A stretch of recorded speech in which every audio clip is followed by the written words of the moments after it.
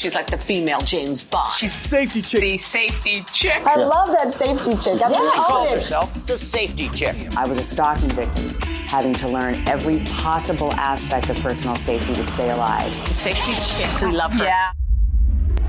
Hey, Kathleen Gallagher, the safety chick here. And you know, I came across an article in the Harvard Business Review that really caught my attention.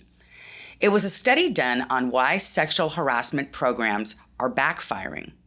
Since the 1970s, most U.S. organizations have sought to address sexual harassment, basically to protect themselves from being sued because of it. They implemented mandatory training programs, also known as forbidden behavior training, along with formal grievance procedures, which made all the organizations and executives feel that they were doing something to take care of the problem. Yet all these decades later, sexual harassment is still with us, as the Me Too movement brought to light. Today, some 40% of women and 16% of men say that they've been sexually harassed at work.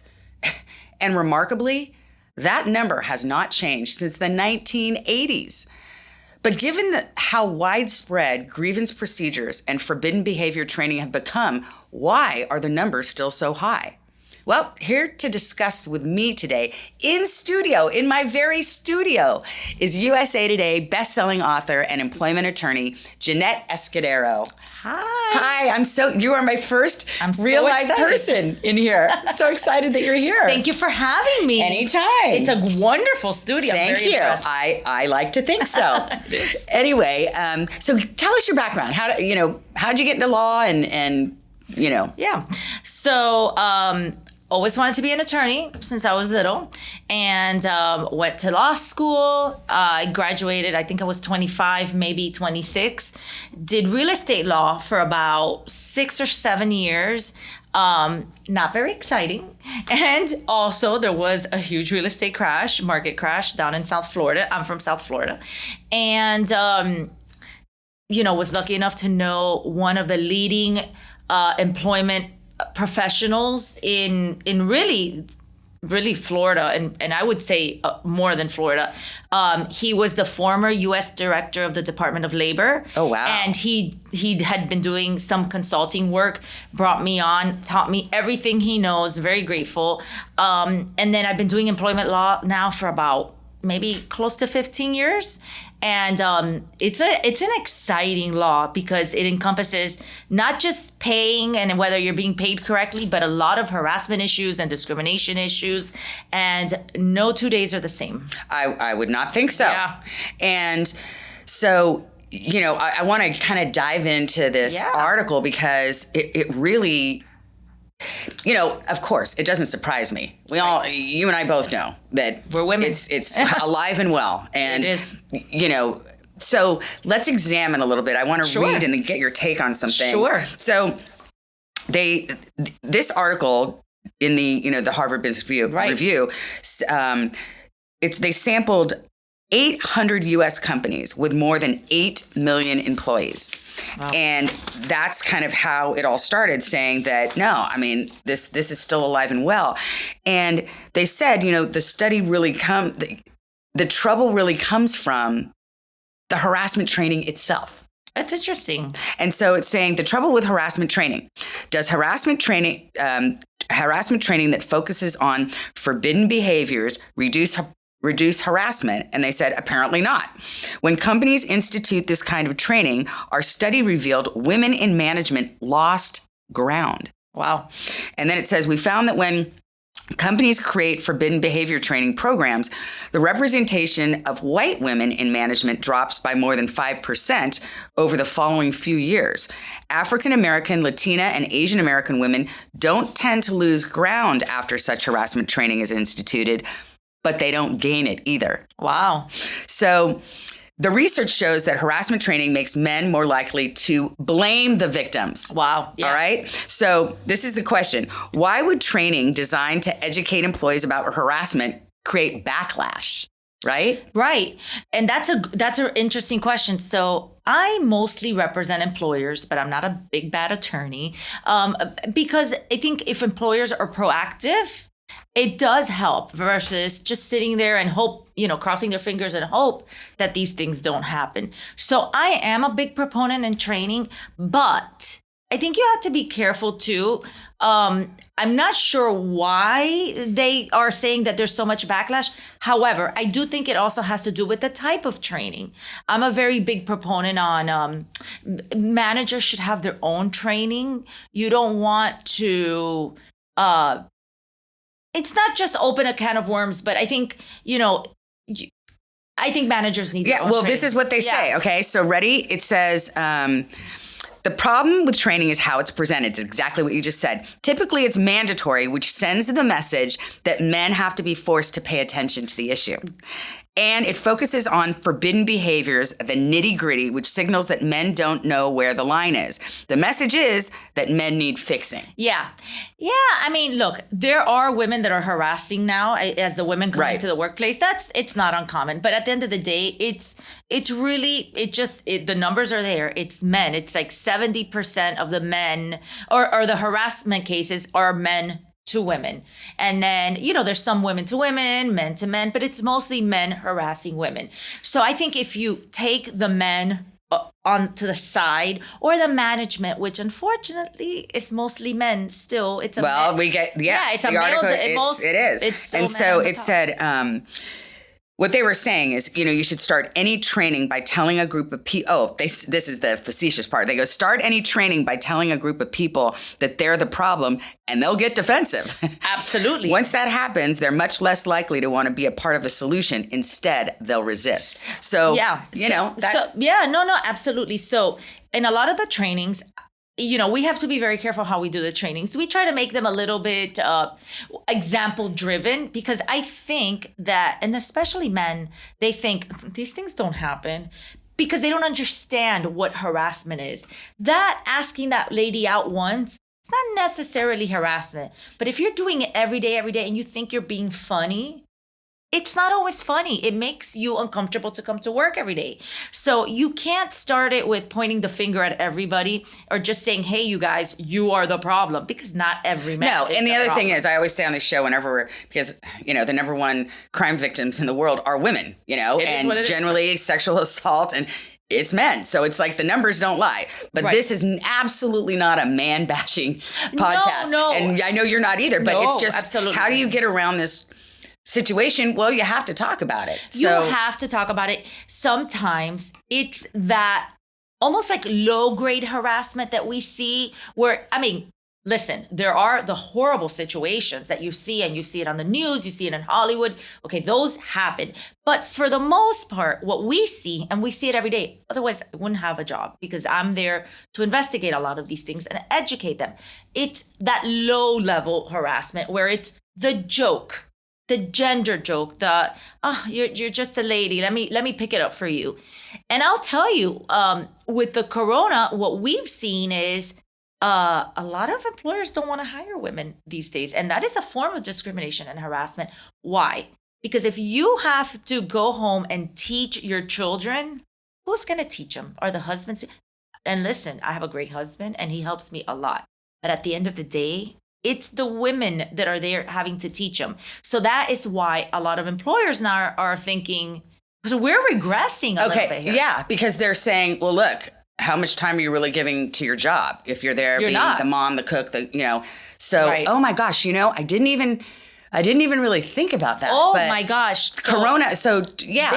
Big time. I've seen it. So I would say there's been, I'm just throwing out a number here, but just for me, from my clients, I would say there's like a 60 or 70% increase of that conversation. And then, but listen, my clients are good, but they're very proactive. That's why they hire us before they have issues. Right. But they've asked. And I've also seen a big influx of lawsuits from employees that are not getting hired, not getting promotion, not bringing them back during furlough.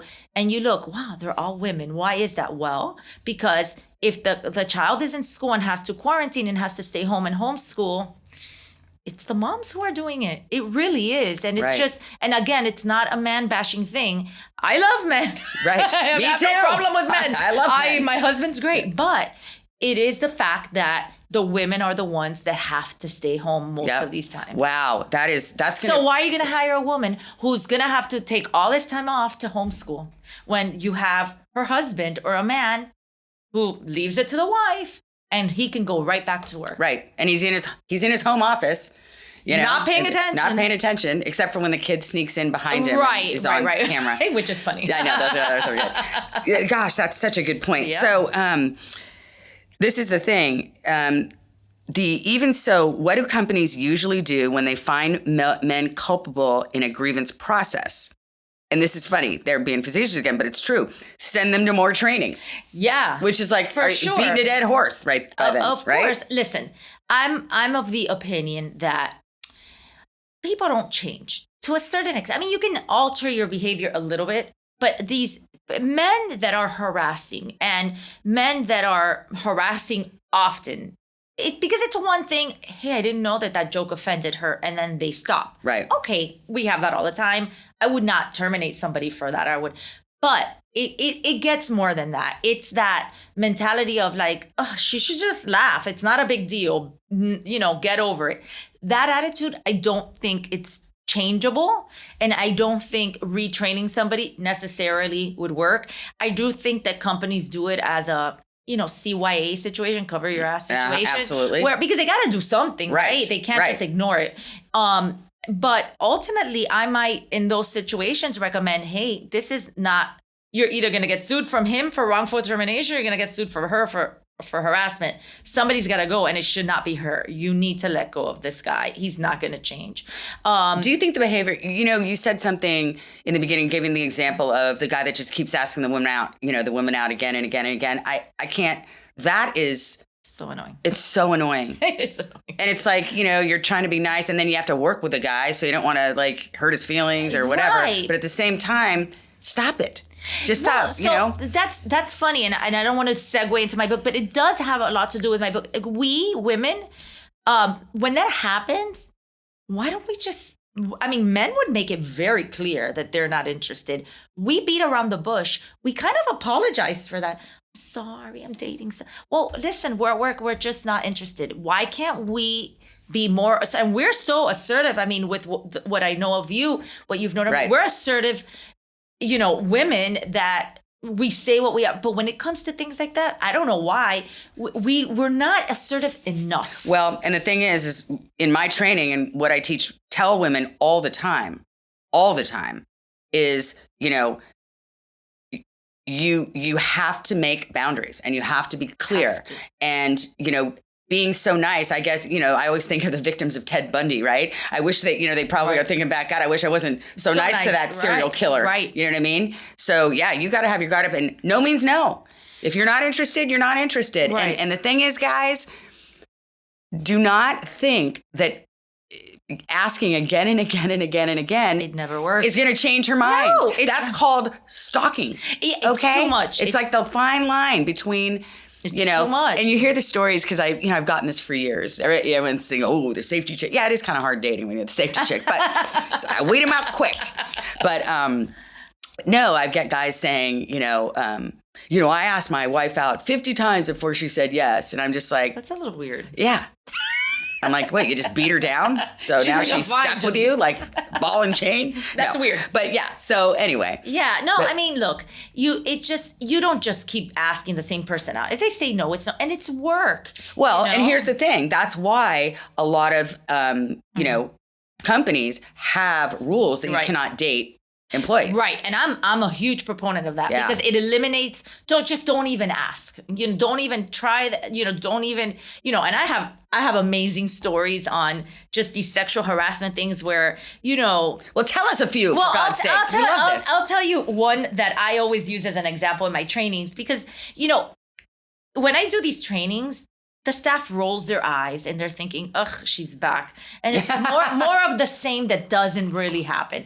No, it happens. And one of my stories, which I find, it's funny, but it isn't funny. It's, and I have to be very careful how I say this, because, it's sexual harassment by definition has to do with consent, and it has to do with, is it wanted? So if you as the woman is flirting back, going out with the guy. Yeah, I mean, if you're going out with him and you're saying yes, you're kind of misleading him. I mean, and men Exactly are right. very, to me, my opinion and what I know, I'm not a psychologist, are creatures of, they're simple beings. Okay, this is, again, we are not man bashing, but I'm just going to tell you, I have 2 brothers.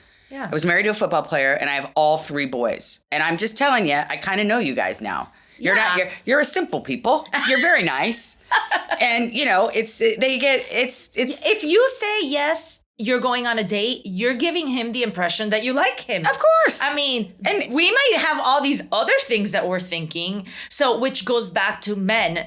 And if you're in a position of power, we are not simple people. We are complicated. God, we're so we might be convolute- thinking and it's all might not. well, even that's have, the book, Men Are From Mars, Women Are From Venus. Right. I mean, really, truly, it is. It is. And women, I have found they're thinking, oh my God, if I don't go out with him, I'm going to get fired. And also, I don't want to be mean, which goes to, again, Boundaries. say no, Yeah. say no. Yeah. But so I have this one story, which is one of the most egregious of all the sexual harassment.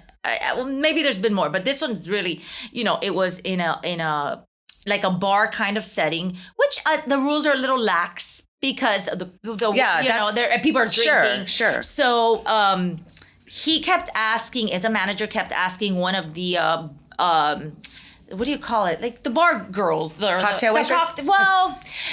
They don't call the bottle girls. The bottle, you know what I'm saying? Right. In a club. In Okay. a club. Right. He kept asking her out. So in his mind, you know what? This is what's gonna get her to go out with me. He sends her a picture of his penis. Oh God, let's know. go. We're gonna go down that road in a minute. Yeah, but keep like going. Yeah. no girl has ever said, "Oh, now for sure, this is it." Well, like you've blown my mind. So, Right? And he's her boss. Now, it gets a little more complicated. And honestly, I think where the lines are blurred is that after I investigated, because there's 2 sides to every story, guys, she went out with him often. So this picture... Before or after the pic? Before. But then at some point, this picture was Okay. taken and all of a sudden, there's this huge harassment because guess who found the picture? Her boyfriend. Her husband. Because he sent it right after the club. It was like at 2 a.m. and she had gone home. The phone rings at night. Husband rolls over and it's like, whoa, this is not me. That does not look familiar. That doesn't look familiar. So, it's those things where, but the fact that she went out with him so often, it wasn't harassment. I mean, it seemed to be consensual. Or did did the signals get crossed? Right. And this is what I get in trouble a lot. I just don't know why, but for saying things that are common sense that, everybody's so touchy on everything. Yeah. And I am not a victim shamer. I am a victim. I stalked and kidnapped the whole thing. But I'm just all about making the smart personal safety choice, Correct. no matter what the issue is. Right. And the bottom line is this. Girls, you can't get blind drunk, go home with a guy, get naked in his bed, and think no means no. I'm not saying that it gives him the right to rape or anything like that, but I'm just saying then it's like a 50-50 proposition. You're put into a terrible situation, a very unsafe situation. You're put into an unsafe, you're giving mixed signals. I mean, no is no. And at that point, of course, the man has to say no and he has to stop. Of course. But again, it goes back to the lines are so blurred at that moment. Right. I mean, and it's one of those things that I always say, I'm not a proponent of you deserve it because you dress a certain way. Absolutely God, no. not. Right. Because I used to when I was younger. Yeah. Didn't dress so professionally. And the other thing is, a lot of the what I get too is like, we should be able to do whatever we want, wear whatever we want. And men, we just need to teach men not to rape. Here's my thing. Of course, but men don't rape. Predators rape. Right. Sexual assault. Correct. Out of the blue. And by the way, rape is it's not sexual. It's a violent. It's a violent crime, It's of course. a violent assault.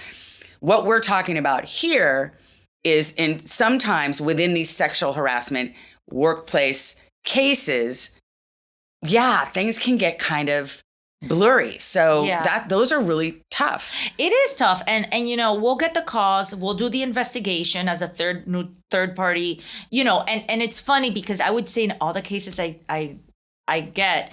I read the initial thing, and my initial always, maybe I'm jaded, is this guy, we gotta fire him. But then when I start doing the investigation, I mean, and this is where it gets to, you gotta be careful, ladies, you really do. Because when I start doing the investigation, my mind, my impression changes. Oh my God, like I would say at least 60% of the time, I'm completely wrong from my initial thing. And it's because, sometimes it's just a disgruntled girlfriend, but you shouldn't have been his boyfriend from the beginning or girlfriend, because that is your boss. You should have said no, and now he's dating somebody else at work. He's completely wrong. He has to stop dating people. I have heard that, that example a lot where, here's the big CEO guy or whoever, and then the assistant, and so it's the oldest, storyline in the world where they start having the affair with the secretary or whatever. All the time. And the thing is, that assistant has access to all his stuff. All the dirty laundry. And so, she gets disgruntled, and what happens? She's going to tell all the dirty laundry. She blows his stuff right out of the water. Everything. It's sexual harassment and beyond. Yeah. So yes. Everybody kind of needs to rethink what they're doing. I think if I were to amend my 5 rules, I would add, don't date on the job. That is probably the worst thing that can happen, because if it doesn't work out, it's a problem for both parties. And men, you need to remember this, because it's you whose jobs are on the line. And if it's a BS claim that she's making, how uncomfortable for you to have to defend yourself, and how uncomfortable for you to have to, it's hard to get your credibility back when you've been accused of this. And it's that's the thing, is like, of course, the majority of sexual harassment victims are female. We've already said this. Yes. But what's horrifying is we do know many cases where the man is being falsely accused and loses everything. I've seen it. And I mean, I want people to move forward and say these things. If something's happening, say it. But also look within yourself. I mean, what are the real facts? And I think that's why it's really important. If you have a company and there is an allegation, 1, you got to take it seriously. And 2, have an outside party investigate. That's what I was going to go through here. I wanted the training alternatives. Bystanding intervention training. Actually, let me read this. If the typical harassment training leads to the loss of female managers and makes the bad guys a little worse, it's probably time to start thinking about more effective types of training, Correct. like you were saying. And here are some that the bystander intervention training. Explain that to me a little bit. We always have managers separate. So we scare the crap out of the managers, because at the end of the day, women or men, if they know that there's a harassment happening or they're involved, they can be personally liable. Forget the company. The company gave their trainings. The company said, hey, don't do it. If the company doesn't know and you're harassing, and especially if it's quid pro quo kind of harassment, that lawsuit will say you, employee, are also on the hook. And then bystander training is basically where you tell the rest of the staff, listen, you need to know what sexual harassment is. Telling somebody to get to work on time is not sexual harassment, unless they're telling only the women to come to work on time, or unless they're picking on one woman or one man or one whatever. That's different. And that's the other thing,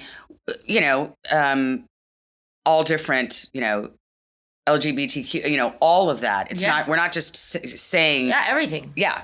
Right. And so sexual harassment is actually linked to discrimination, because it has to do with gender, right? So if that manager or that supervisor, that CEO is just saying one group of people or one person, okay, that can be discrimination, or that can be harassment.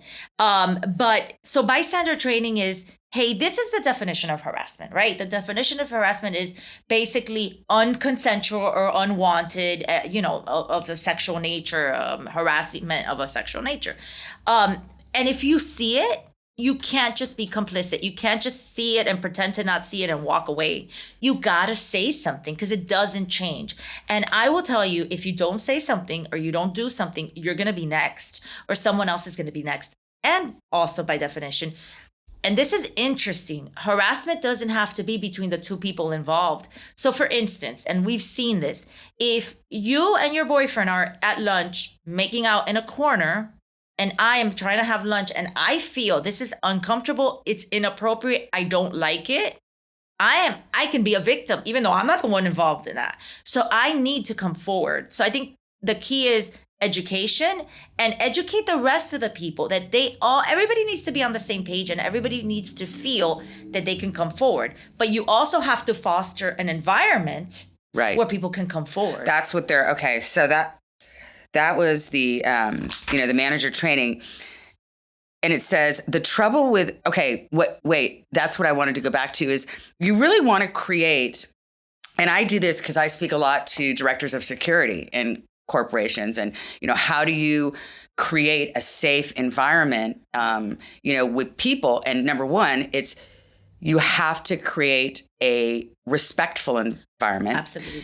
You have to have the correct procedures and the culture that if something is going on, there is, a protocol, and that victim can go and trust who they're going to make sure that it will be taken care of in a respectful and I love the idea of the outside, getting the outside people in, because listen, our clients, I have to say, they're so proactive, and we actually have a hotline so that employees, if they don't feel comfortable going up the chain of command, which I always try to say, hey, try to go up the chain of command, because it's a learning experience and everybody needs to know. But if not, they can call us, and we're equipped to handle it. We're not going to say, oh, just get over it. I mean, because we see that. Right. We're equipped to handle it, and but there has to be, if the top of the food chain has that locker room mentality where it's cool. Right. No, it trickles down. No. And I'm sorry, I still just cannot believe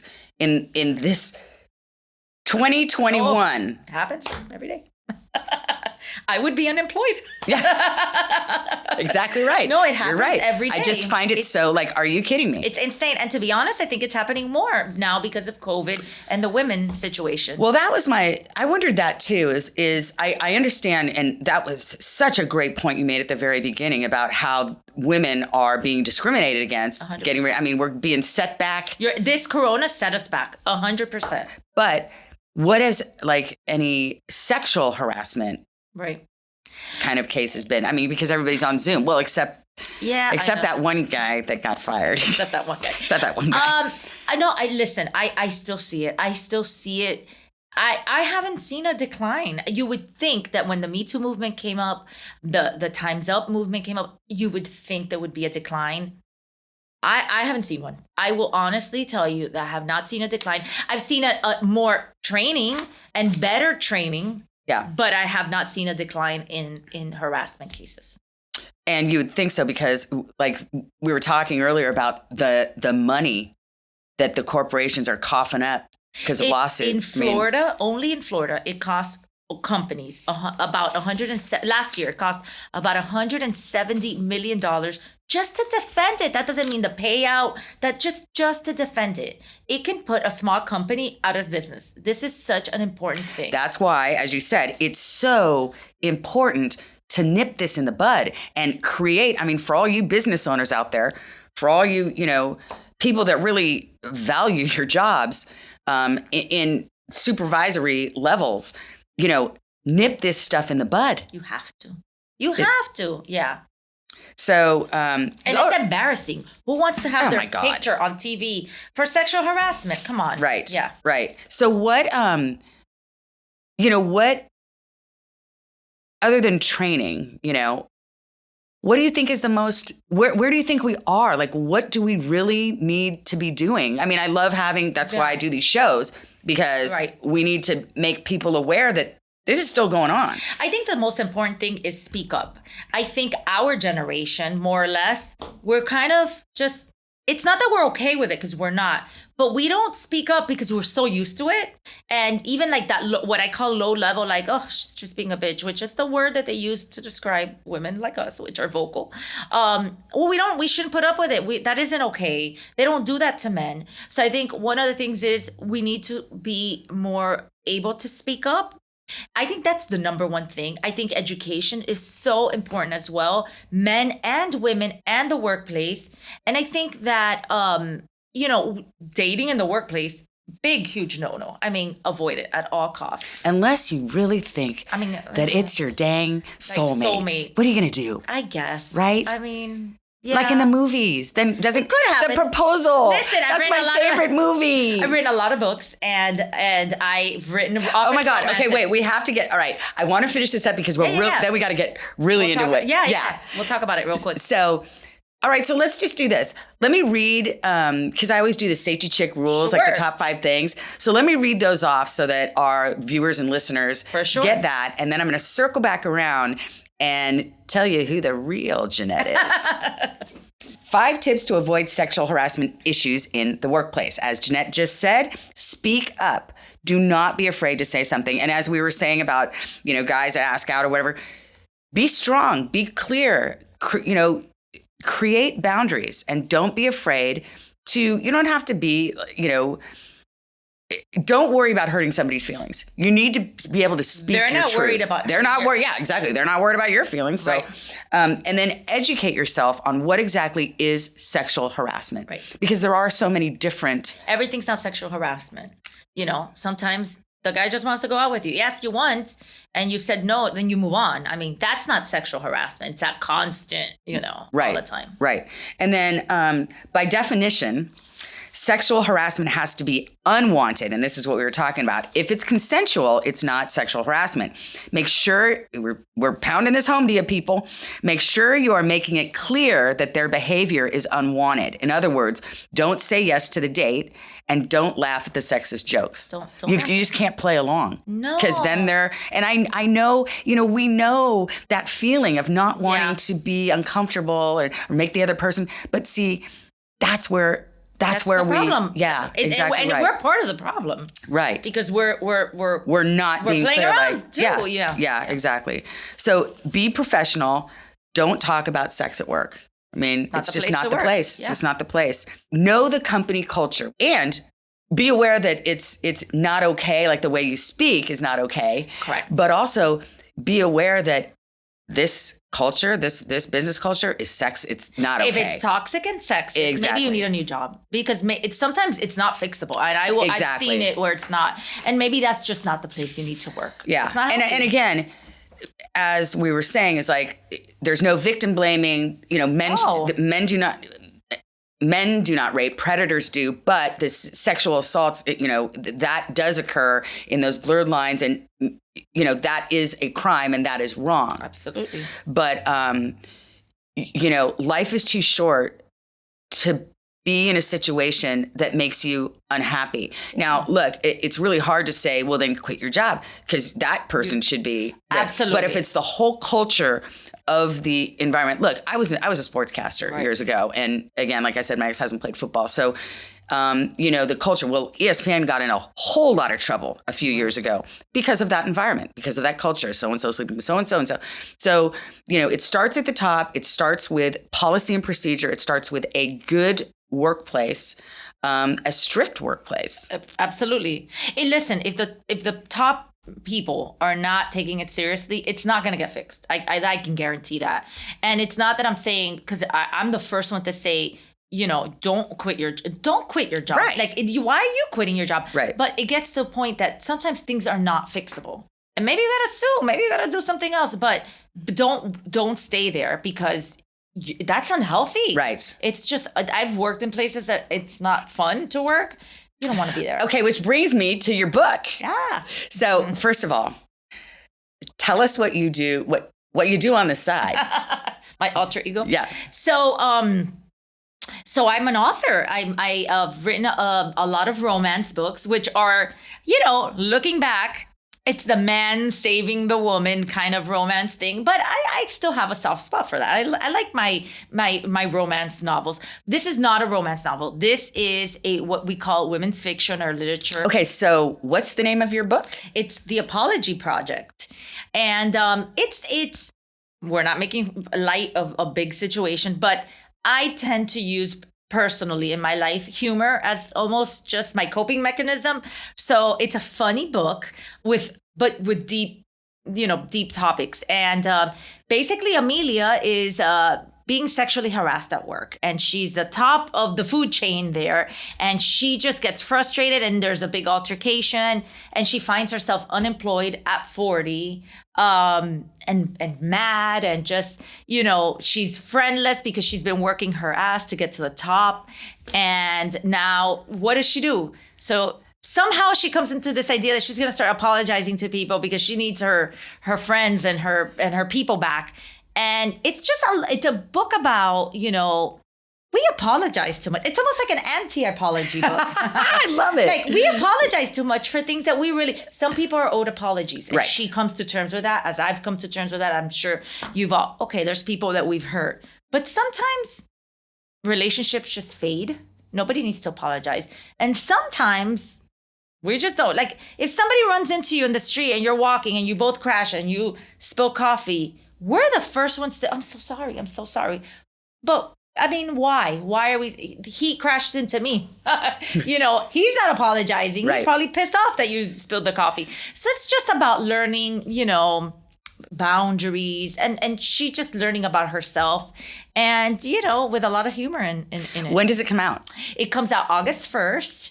It'll be available everywhere, and you can pre-order it now. And That sounds like a really good, laying on the beach book. It is. And look, it has a laying on the beach cover. It's fun. I love it. That's kind of like the Safety Chick colors too. I like it. It is. I like it. And she was maybe having a couple of drinks when she decided to do this apology project. I love it. So Who's the publisher? It's Lake Union, which is through Amazon. And I'm really excited. It's coming out soon. It was a labor of love, a labor of Corona. Hey, both the drink and the... Oh my God. I've got I've got a vodka belly. That's all I'm saying. Anyway, so that's fantastic. Yeah. And I really think, we covered a lot. Covered a lot. Yeah. And I always say, so where can people find you? So you can find me on Instagram at author Jeanette Escudero. You can find me on Facebook at author Jeanette Escudero. And those are probably the best. Or my website, www.jeanette, JEANETTE, Escudero. Well, just so you know, .com. they can always go. So this is how we do it. Okay. I put it up everywhere. Perfect. Instagram. Great. Facebook, and my website, safetychick.com. Great. And always when we put up the shows, we promo the heck out of them on Great. Instagram, so everybody will be able to find you. Perfect. And if you follow me, I'll be giving away some of these beauties soon, before they come out. All right, awesome. Oh, sorry. That's all right. We made it through. Thank you. I'm so happy you were my first. This is wonderful. It was so fun. Now I don't think I can ever go back to not having someone here. The energy is so much more fun. Isn't it? Yes, it is. All right. Thank you so much. Thank you for having me. All right. Now remember, you can find me on Instagram, The Safety Chick, Twitter, The Safety Chick, Facebook, Kathleen Gallagher, The Safety Chick, and my website, safetychick.com. I love all the comments. I love the ideas. I did a poll the other day on my Instagram of, what's your biggest fear? Have you been a crime victim? Do you want to come on the show? Do you want me to cover something on the show? And I got some great feedback, so keep it coming. All right? Until next time. She's like the female James Bond. She's Safety Chick. The Safety Chick. I love that safety chick. That's what calls it is. herself the Safety Chick. I was a stalking victim, having to learn every possible aspect of personal safety to stay alive. The Safety Chick. We love her. Yeah.